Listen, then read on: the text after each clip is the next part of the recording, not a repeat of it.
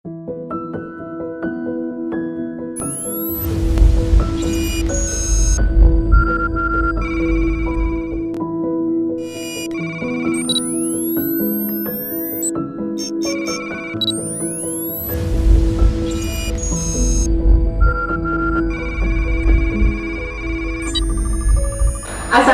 warahmatullahi wabarakatuh. Selamat pagi sahabat Supply Sakit Jantung Harapan Kita. Jumpa lagi dengan kami dalam acara Save Your Heart. Acara ini kami publikasikan untuk masyarakat Indonesia dan juga sahabat Rumah Sakit Jantung Harapan Kita yang membutuhkan informasi dan edukasi seputar kesehatan jantung dengan topik-topik yang menarik. Program ini kami publikasikan lewat kanal YouTube, website, dan media sosial kami. Dalam perjumpaan kali ini kita akan membahas mengenai coronary artery bypass grafting atau CABG. Di samping saya telah hadir seorang narasumber yang ahli dalam bedah torak kardiovaskuler dan berprofesi sebagai dokter bedah jantung yang pastinya sudah tidak asing lagi.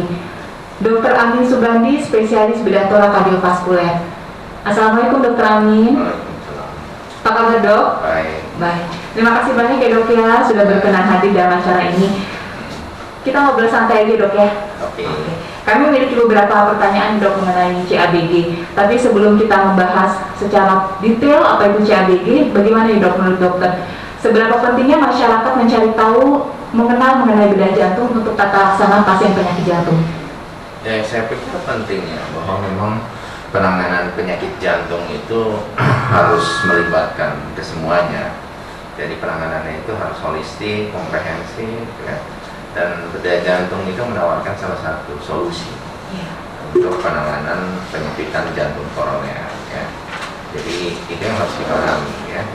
Jadi memang ada way out dari setiap masalah yang kita hadapi, terutama dari sisi penyakit jantung koroner, ya.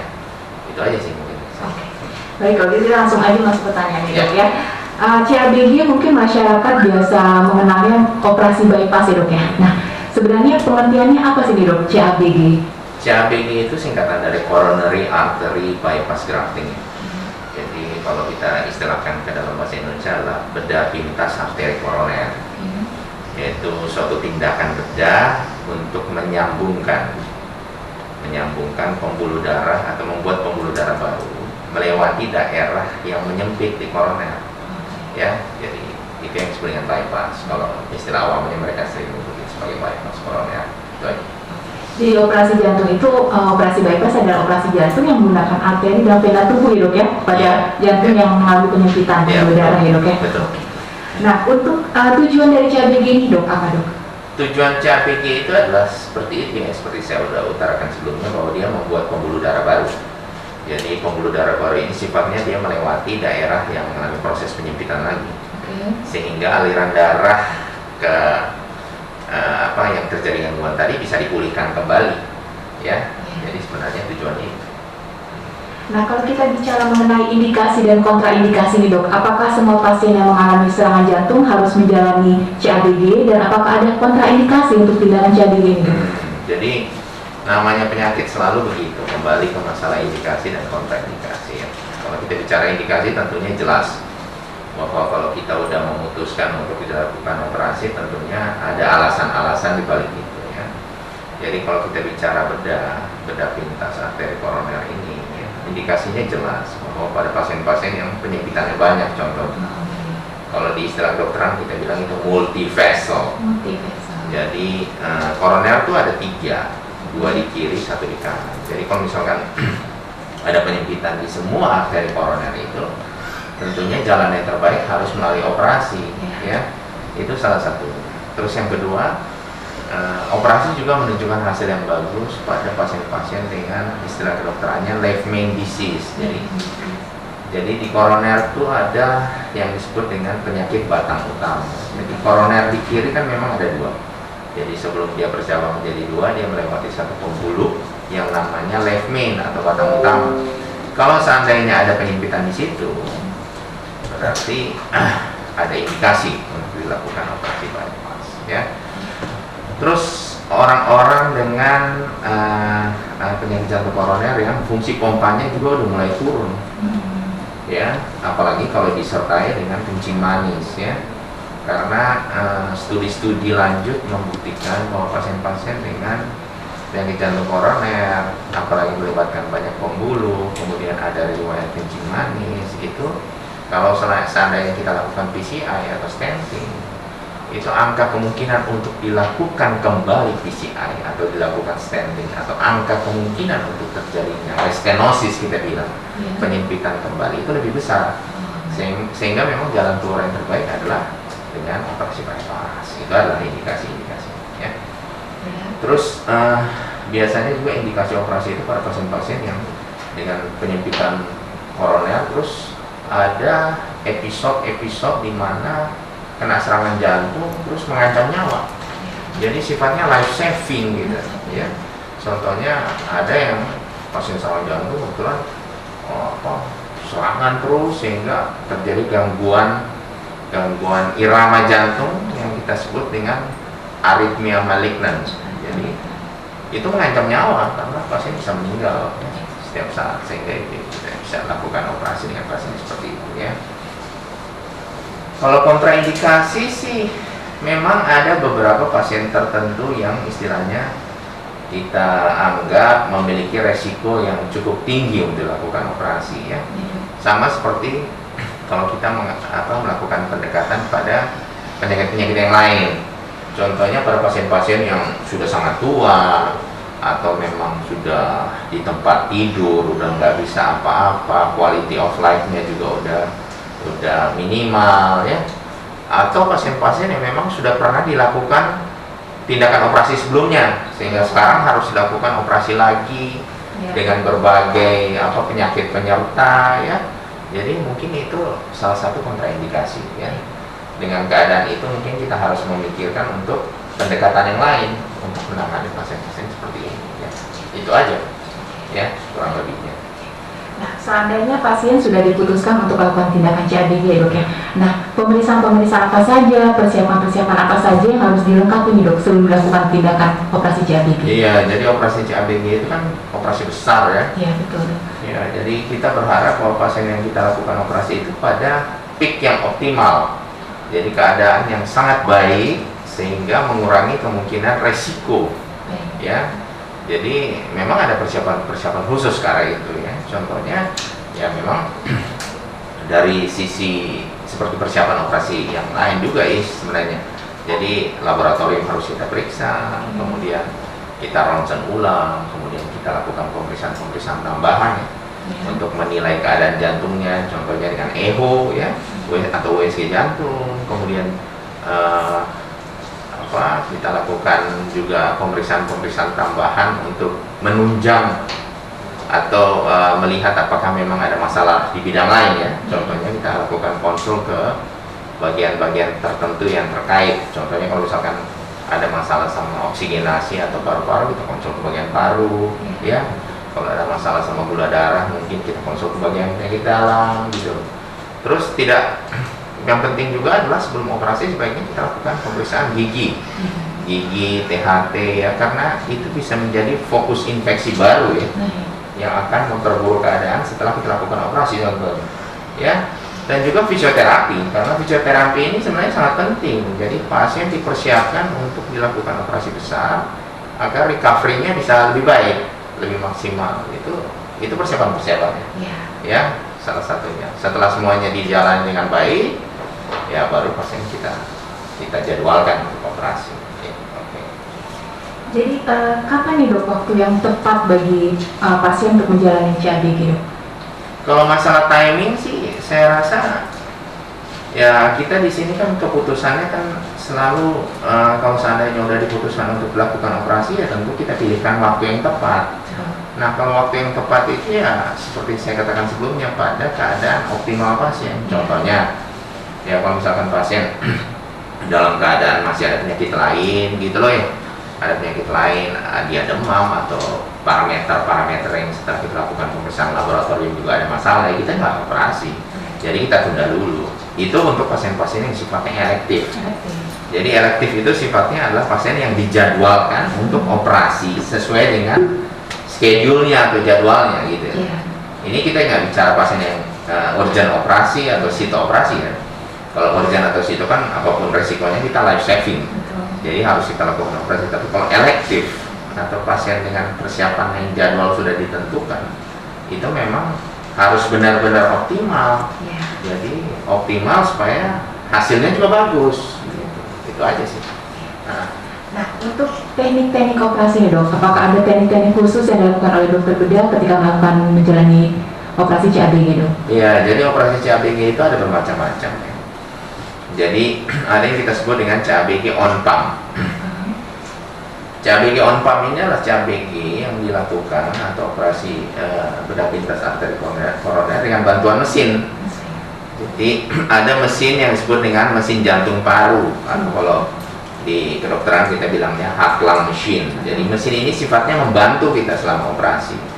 Jadi pasien dioperasi, dilakukan operasi bypass tersebut dengan bantuan mesin, di mana jantungnya dihentikan sementara dengan memakai obat, namanya obat kardioplegik, pelumpuh jantung.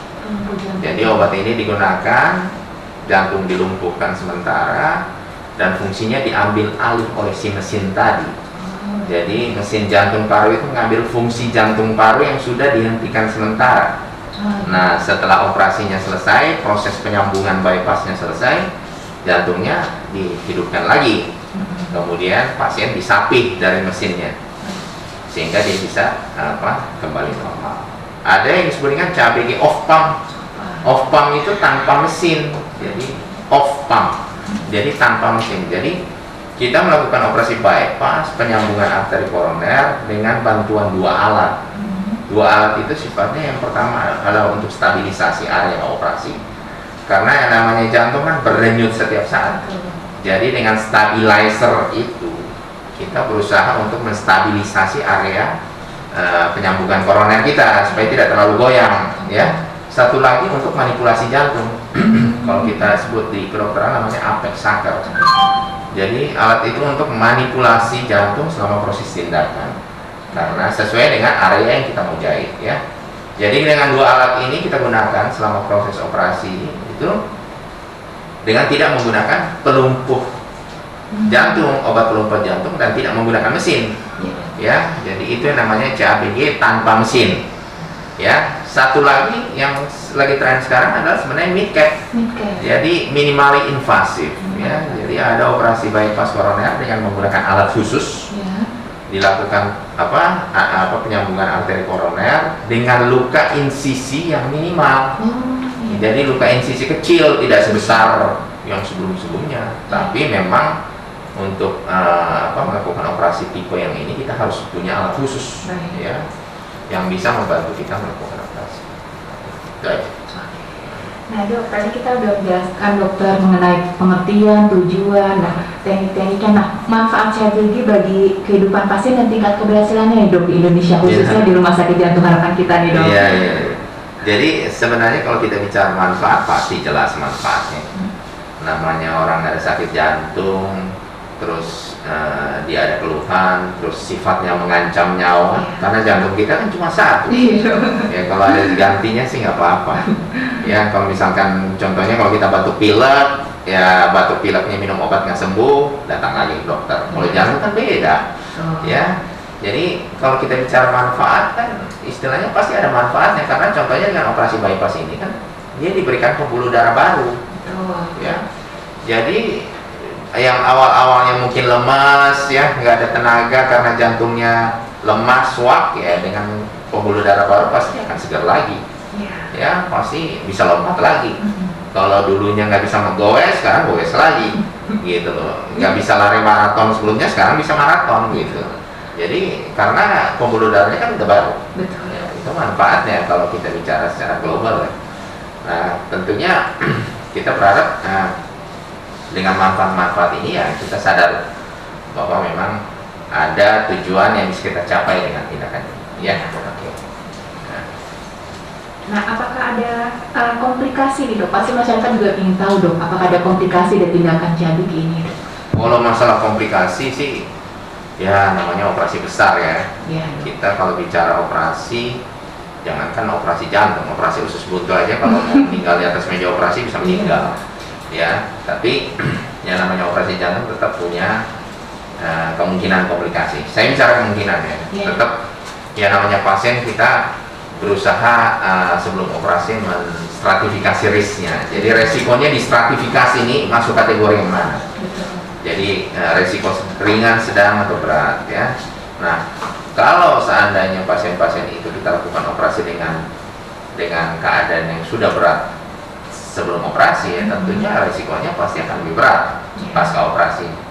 Nah, resikonya bisa dengan prolong ICU atau lama di ICU bisa, kemungkinan infeksi bisa, ya, kemungkinan ada masalah di ginjal bisa, ya, kemungkinan ada masalah di paru bisa. Jadi semua komplikasi itu bisa terjadi, ya, tergantung memang semuanya dari keadaan sebelum kita lakukan operasi.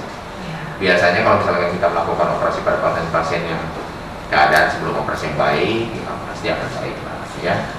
Semuanya begitu. Itu udah memang kodrat alamnya begitu, ya. Ya, oke. Nah, ini dok, seandainya nih pasien sudah direncanakan untuk operasi. Nah, tahapan-tahapan perawatan apa saja yang harus dialami pasien sejak pasien masuk rawat inap sampai pulang? Jadi kira-kira berapa lama sih pasien rawat inapnya ini untuk operasi CABG? Kita biasanya pasien sebelum operasi di hari H-nya itu masuk rumah sakit, mereka biasanya 1 hari sebelumnya.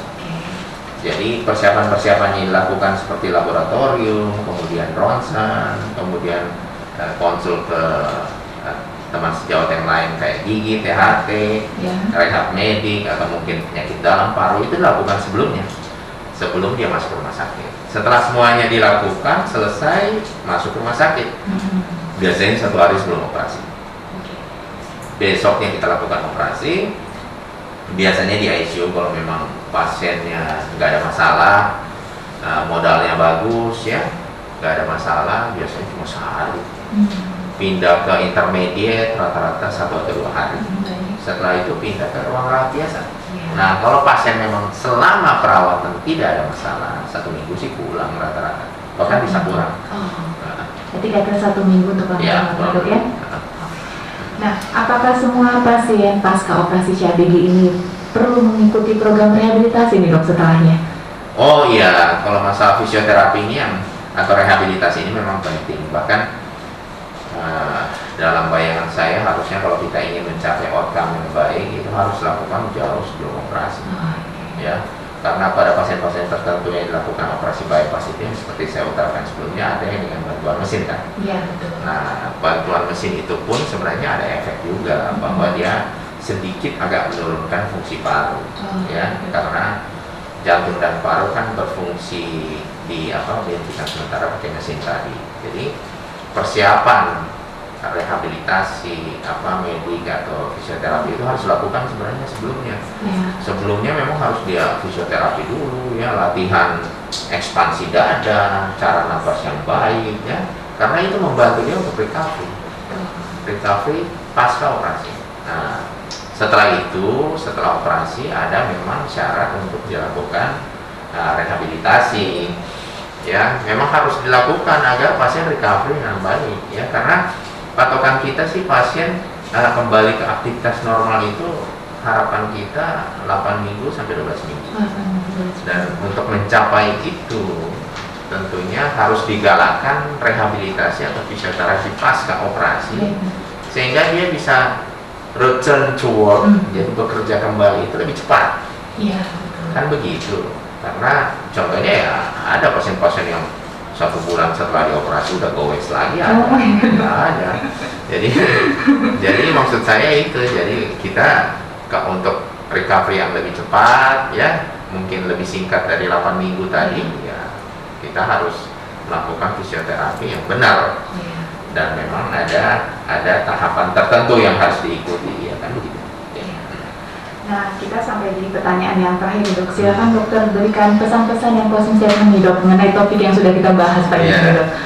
Jadi harus dipahami bahwa operasi jantung itu atau penanganan penyakit jantung koroner itu harus melibatkan semua orang, ya. Bukan cuma 1 dokter aja, bukan personal approach, tapi approach-nya adalah berdasarkan tim. Makanya itu disebut dengan heart team, tim jantung sebenarnya. Karena kalau kita menangani pasien secara komprehensif, tentunya hasilnya pasti akan lebih baik. Kita tidak bisa melakukan tindakan apalagi yang operasi jantung yang sudah sangat complicated ini dengan pendekatan yang sifatnya hanya individual. Jadi kita sebagai dokter harus berkumpul bersama memutuskan apa yang terbaik buat pasien. Ya. Jadi itu fungsinya heart team, ya, tim jantung. Dan itu harus ada di tiap rumah sakit yang sifatnya ingin memberikan pelayanan yang terbaik buat pasien-pasiennya. Harus seperti itu pola berpikirnya, ya, supaya memang outcome yang kita bisa hasilkan akan lebih baik, ya.